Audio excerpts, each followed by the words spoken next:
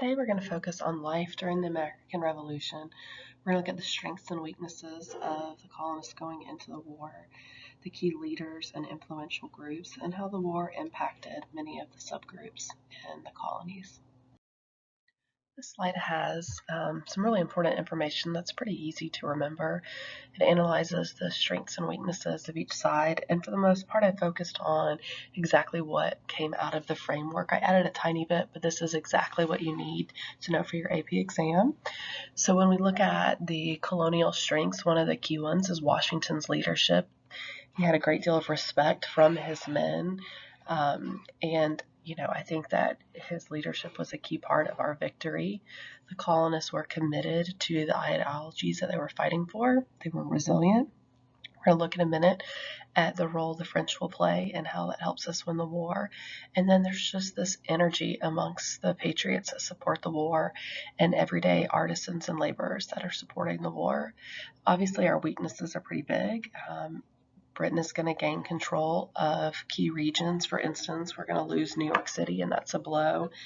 In particular, our military is not as strong as the British, and there's going to be a lot of struggles with money. How do you pay these soldiers? How do you convince them to stay in the military and not desert, or convince them to re-enlist when their enlistment is over? The British strengths are pretty easy to remember. Guys, this is one of the best militaries in the world. How do we go up against this? They are a well-oiled machine. This isn't their first rodeo. They have run many effective military campaigns, and they know what they're doing, honestly, and we don't so much. So we are a tiny underdog going up against the big guy, and yet we still win, which is remarkable. All right, guys, this is a big one, so bear with me, okay? We're going to look at all the different groups in the war. So let's kind of start with women. On your Road to Revolution chart, hopefully you would have started to look at the Sons of Liberty, which was a protest organization primarily made of men. Well, women are going to form a similar organization known as the Daughters of Liberty. One of the key ways that they protested a lot of the early taxes, like the Stamp Act, is that they started to make their own fabric and sew their own clothes instead of buying it from British textile companies. During the war, they could serve as spies. It was very easy for women to sneak into a British camp. The British men weren't thinking that they were spies. Instead, they were just excited to see women, and so they would, maybe talk a little bit more freely than they would under other circumstances. And women were just gathering all this information and turning it over to the Patriots. There are even examples of women dressing up as men and going into the army. They would raise money to assist soldiers with food and clothing, and there's a lot of political discussions going on about the future of the new government, and they would participate in those. And Abigail Adams, who's the wife of John Adams, is a really great example of that. Our next group we're going to look at is the role of slaves during the war, and this is really interesting because we have two different things going on. Initially, a lot of the colonial groups were really hesitant to use slaves as soldiers, and that changes when Lord Dunmore's proclamation is issued in Virginia. And he was trying to recruit the slaves to fight for the British, and he promised them their freedom if they did. And there are hundreds of slaves that run away. Washington himself actually lost some of his own slaves, and many of them run away and they serve as spies. When the war is over, a lot of them end up being sent to Canada, England, or Jamaica, and they don't necessarily get their freedom as promised. But after Lord Dunmore's proclamation, George Washington starts to kind of change his tune. We'll see about 5,000 enlistments of free blacks and slaves. Rhode Island, for instance, actually had an all-black regiment. And when the war is over, many of them will return back to their status of slaves. But there are some interesting situations where slaves would gain their freedom after the war, which increased the number of our free black population. And then also you're going to see that sometimes war heroes were actually given slaves as kind of a reward for their service, which is really upsetting. Like Virginia would give 300 acres and a slave.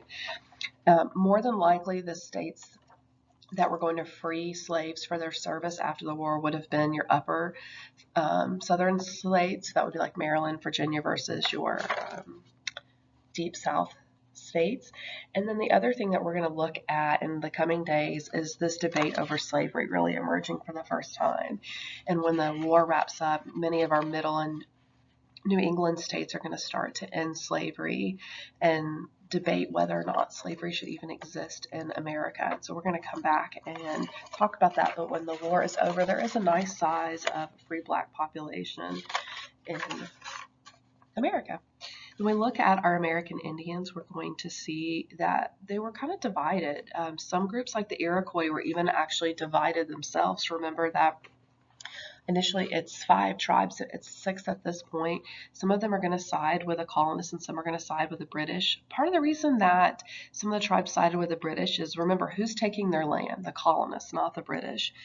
And they thought that if the British remained in control, that they would be more capable of restraining U.S. expansion into the West. During the war, many of the Iroquois tribes that are siding with the British are actually going to ravage the backcountry of Pennsylvania and New York. So all the settlers that live on the frontier. At the same time, settlers are still moving into the Ohio River Valley. They're seizing old French forts that are now part of the British Empire. They're moving into places like modern-day Illinois and all up and down the Ohio River Valley. And so that's really upsetting to the tribes. And when the war ends, the tribes will actually be at a disadvantage because now they're under the control of the colonists. And we're going to see in our next unit that there's a lot of conflict in the Ohio River Valley. We have a few more groups to look at during the war. I want to make sure that you understand the difference between a patriot and a loyalist. Okay, a patriot would have been someone that supported the war. The Patriots had their greatest strength in New England. A lot of times patriots were people who realized that there was economic gain if they were not part of the British Empire. They would have been merchants and traders that really resented all the taxes and stipulations like the Navigation Acts and thought that really they could make a lot more money if they were independent. There were other patriots that simply were upset with the violation of rights. So someone might support the war for very different reasons. Okay, so kind of keep that in mind.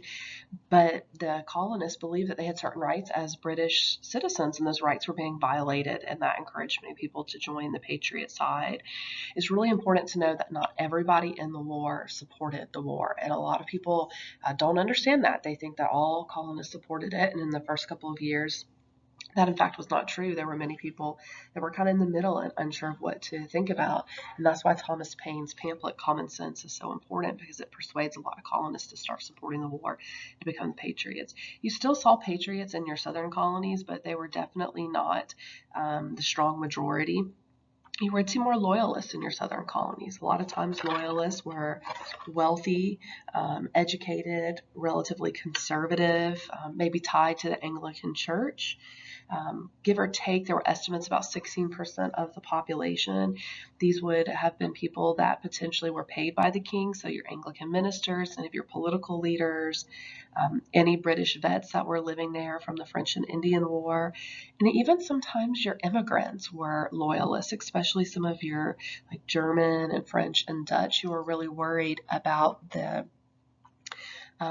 freedom of religion, and they feared that if the colonists took control of the 13 colonies, that they would lose the right to be able to practice their religion freely. So your loyalists were not even all English. There were some of your immigrant groups. Now your Scot-Irish were definitely more patriot, but like your Germans and your Dutch maybe potentially were more leaning towards the loyalists. Okay, many of them will flee after the war. Many of them will lose their land, and there'll be a lot of debates about whether the new government should return that land.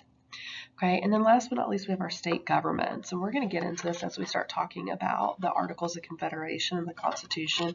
But I always like to point out that every state, the colonies, for instance, were transitioning into the state status, and they were all writing their own state constitutions, and many of these states were writing what we call a Bill of Rights, and it's a list of rights. The most famous example would be George Mason in Virginia, who wrote their Bill of Rights, and he had long been a patriot, and we're going to talk about him a little bit more later, but we need to know that states are kind of carving out their own government as well. There are a handful of people that I really want you to know for this unit that are instrumental in helping us win the war. Obviously, Washington, we mentioned earlier about the strength of his leadership and how important that is in the overall victory. John Adams is really important because he is instrumental in helping drum up support for independence. He helps write the Declaration of Independence. He's one of the key members of the Second Continental Congress. He will also participate in the peace treaty. So we don't want to forget the role of John Adams. And then we've got Benjamin Franklin, who is also part of the First and Second Continental Congress. He, just like John Adams, is a key member in writing the Declaration of Independence. So we want to make sure that we know that he's part of that Committee of Five. But he also goes to France, and this is kind of unique. He's going to help drum up French support and secure that French alliance. Thomas Jefferson is also a member of the Committee of Five, and he is really the author of the Declaration of Independence. There's a group of 5 men that help write it, and he is the key writer. And he's going to pull very heavily on the ideas of John Locke. We've got the Marquis de Lafayette, who is the larger picture over here of the 3, and he is French, obviously, and he comes and he fights under George Washington. And so not only does he help fight in our military and serve under Washington, but he is writing home to his parents throughout the war, and that's helping to drum up French support. And then the last guy is Baron von Steuben. He's the top picture of the 2 smaller ones to the far right. He's a German military trainer. He's going to be instrumental in helping whip our guys into shape.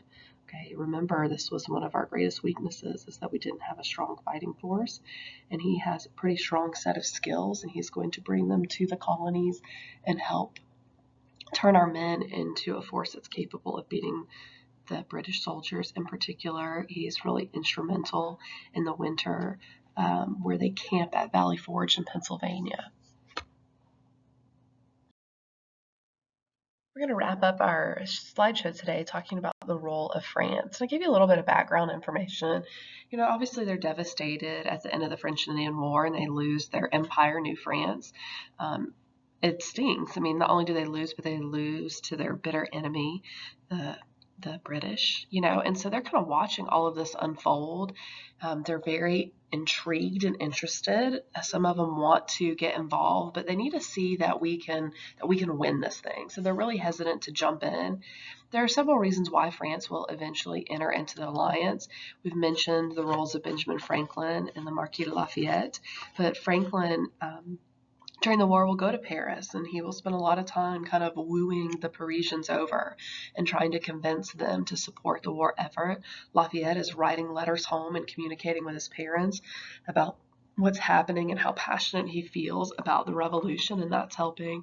But really, the victory of Saratoga is probably the tipping point, because at that point, the tide of the war changes in favor of the colonists. And I think the French realized, oh my gosh, they have a fighting chance. They could actually win this thing. And so we enter into an alliance with them in 1778. And this alliance is really important for the war. We talk about money, supplies, but then a navy. We didn't have a navy, and this is an area where France is going to help us tremendously. Now, foreshadowing a little bit, this alliance is complicated because when we gain our independence, the French still have some strings attached. We're going to talk about that in our next unit, but it's really important that you know why the French got involved, what's at stake for them. I mean, they want England to lose, and who is responsible and what events are responsible for regaining this French alliance, because it's really key in our overall victory.